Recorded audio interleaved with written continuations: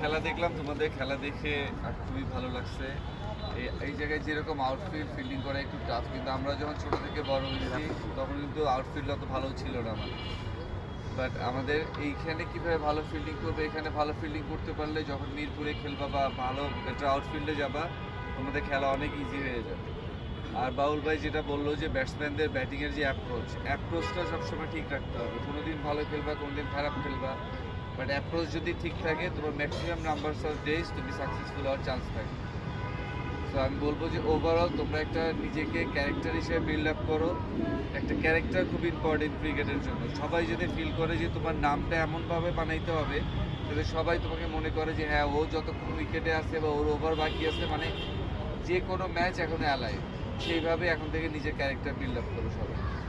Good luck সবাই।